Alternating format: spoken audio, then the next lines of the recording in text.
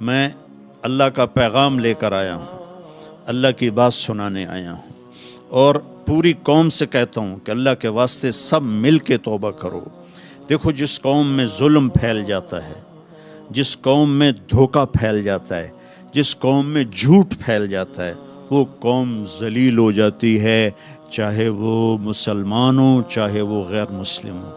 جس قوم میں انصاف ہوتا ہے، جس قوم میں دیانتداری ہوتی ہے، جس قوم میں سچائی ہوتی ہے، وہ قوم کافر ہے تو دنیا میں عزت پائے گی، ذلیل کبھی نہیں ہوں گی، اور اگر مسلمان ہیں تو دنیا کی عزت بھی پائیں گے اور آخرت بھی عزت بھی پائیں گے۔ اور مجھ سے ابھی چند دن پہلے ایک بچی نے سوال کیا، وہ یہ کون سا اے آر وائی کی وہ لڑکی ہے نا، جہاں زیب پارس جہاں زیب، ہاں سما، اچھا، اس نے مجھ سے سوال کیا کہ عمران خان صاحب نے جو مدینے کی ریاست کا تصور دیا تھا تو اس میں کامیاب کیوں نہیں ہوئے؟ میں نے کہا ریاست مدینہ کوئی بلڈنگ تھی جو انہوں نے بنانی تھی تو وہ بن نہیں سکی اور 2 منزلہ رہ کے کام مک گیا۔ میں کہا وہ تو ہم نے بنانی تھی۔ جھوٹا جھوٹ چھوڑتا، زانی زنا چھوڑتا، شرابی شراب چھوڑتا، ڈاکو ڈاکہ چھوڑتا، اور ظالم ظلم چھوڑتا، اور برائی کرنے والا برائی چھوڑتا، اور بددیانتی کرنے والا بددیانتی چھوڑتا۔ ریاست مدینہ تو ہم نے بنانی تھی، اس نے تو تصور دیا، اور پہلا شخص ہے جس نے یہ تصور دیا کہ ہم مدینے کی طرف لوٹنا چاہتے ہیں۔ لوٹ پیچھے کی طرف ہے گردش ایام، تو ہم پیچھے کی طرف لوٹنا چاہتے ہیں۔ ہمیں نبی کا دامن پکڑے بغیر عزت مل ہی نہیں سکتی۔ ساری دنیا کے اولیاء کرام وہ کابینہ بن جائیں، اور سارے دنیا کے بڑے بڑے اولیاء صدر وزیر اعظم بن جائیں، اور میری قوم جھوٹ پہ ہو، اور بددیانتی پہ ہو، اور ظلم پہ ہو، اور رشوت پہ ہو، اور زنا پہ ہو، اور شراب پہ ہو، اور جوئے پہ ہو، اور ماں باپ کی نافرمانی پر ہو، اور حقوق مارنے پر ہو، تو اللہ کی قسم یہ بھی ہمارے حالات نہیں بدل سکتے۔ اللہ تعالیٰ، میں نے ایک آیت پڑھی تھی خطبے میں کہ اللہ تعالیٰ نے کہا کہ تمہیں ایک بستی کا حال سناتا ہوں۔ میں یہاں ترجمہ کر دیتا ہوں، اللہ تعالیٰ کہہ رہا ہے کہ میں تمہیں پاکستان کا حال سناتا ہوں۔ ضرب اللہ مثلا قریۃ، میں تمہیں پاکستان کا حال سناتا ہوں۔ کانت آمنۃ مطمئنہ، وہ بڑی تیزی سے اٹھ رہے تھے، بڑے امن میں تھے، بڑے اطمینان میں تھے۔ یاتیھا رزقھا رغدا من کل مکان، میں نے ان کے لیے رزق آسان کر دیا تھا۔ وہ زمین خزانے اگلتی تھی، آسمان پانی برساتا تھا۔ فکفرت بانعم اللہ، پھر وہ میرے آگے جھکنے کی بجائے شیطان کے ساتھی بن کے، اور انہوں نے غلط راہوں کو اختیار کیا، جھوٹ، دھوکہ، مطلب یہاں بددیانتی کرنا کوئی جرم نہیں رہ گیا۔ کتنے ہماری تباہی کی بات ہے کہ ایک آدمی خزانہ کھا جاتا ہے، ایک آدمی پورے محکمے کے پیسے سمیٹ لیتا ہے، اور وہ معاشرے میں معزز ہوتا۔ یہ عجیب بات۔ تو اللہ تعالیٰ نے کہا پھر جب انہوں نے یہ کیا کہ وہ میرے نافرمان ہوئے، تو پھر میں نے کیا کیا؟ فَأَذَاقَهَا اللَّهُ لِبَاسَ الْجُوعِ وَالْخَوْفِ، میں نے ان کے اندر دشمن کا خوف بھر دی، میں نے ان کے اندر بھوک بھر دی۔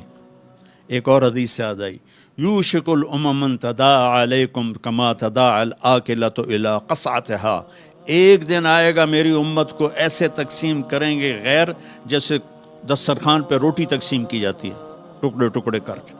تو صحابہ نے پوچھا اب من قلت نحن یومئذ یا رسول اللہ، یا رسول اللہ کیا ہم اس دن تھوڑے ہوں گے؟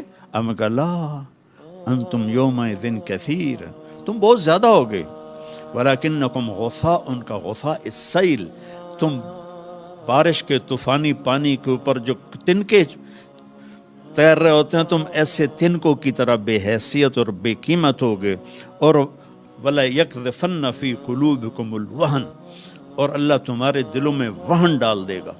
تو صحابہ نے پوچھا یا رسول اللہ وہن کیا ہے؟ کہ حب الدنیا و کراہیت الموت، دنیا کے غلام بن جاؤ گے، دنیا کے بندے بن جاؤ گے، اور موت سے ڈرنے لگ جاؤ گے۔ بھلا موت تو اللہ کی ملاقات ہے۔ ابراہیم علیہ السلام کے پاس اسرائیل آ گئی، چلو جی، تو وہ کہنے کہ بھلا کبھی خلیل بھی خلیل کو مارتا ہے؟ تو وہ اسرائیل واپس گئے، کہا جی وہ ابراہیم تو یہ کہہ رہے ہیں، کہا اچھا اس سے کہو کبھی خلیل بھی خلیل کے ملنے سے رکتا ہے؟ تو انہوں نے کہا جی اوپر سے تو یہی جواب ہے، کہا جلدی کر لے جا لے جا۔ مسلمان کے لیے تو اللہ کی قسم، اگر اللہ راضی ہے تو موت سے خوبصورت تحفہ کوئی نہیں، موت سے خوبصورت پیغام کوئی نہیں۔ اگر اللہ ناراض ہے پھر تباہی ہے۔ عمر بن عبدالعزیز اس تخت پہ بیٹھے جس پہ بنو امیہ کے ظالم حکمران بیٹھے تھے، عبد الملک بن مروان، پھر ولید بن عبد الملک، پھر سلیمان بن عبد الملک، اور چوتھے عمر بن عبدالعزیز۔ عبد الملک ان کے سگے چچا تھے، عمر بن عبدالعزیز اور عبد الملک بھائی تھے، مروان کے بیٹے تھے۔ تو عمر بن عبدالعزیز نے 2.25 سال حکومت کی، اور 3 بر اعظم میں زکوٰۃ لینے والا کوئی نہ بچا۔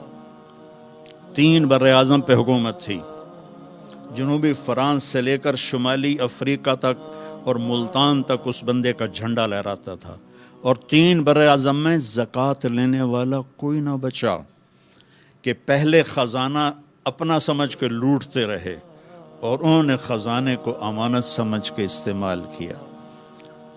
تو وہ انہوں نے بلایا شام کے قاضی رجا کو، کہنے لگے دیکھو عبد الملک میرے چچا مرا تھا تو میں اس کی قبر میں اترا تھا تو اس کے چہرے کا رنگ کالا سیاہ ہو گیا تھا، اور اس کا چہرہ قبلے سے یوں ہو گیا تھا، اور عبد الملک کی یہ جگہ سرخ تھی سیب کی طرح۔ پھر میں نے ولید کو قبر میں اتارا، وہ اس کی کفن کی گیرا کھول کے دیکھا تو اس کا چہرہ ادھر تھا اور کالا سیاہ تھا۔ پھر میں نے سلیمان کو قبر میں اتارا تو اس کے چہرے کو دیکھا تو کالا سیاہ تھا اور قبلے سے ہٹا ہوا تھا، بلکہ سلیمان کی ڈیڈ باڈی جب قبر کے قریب گئی، ہم قبر میں اتارنے کے لیے کوئی رومال لاتا ہے، کوئی ادھر ادھر حرکت کرتے ہیں تو اس کی باڈی ایسے سے ہلنے لگی، تو اس کے بچوں نے کہا ہمارا ابا زندہ ہے۔ عمر بن عبدالعزیز نے فرمایا زندہ نہیں، قبر کا عذاب شروع ہو چکا ہے۔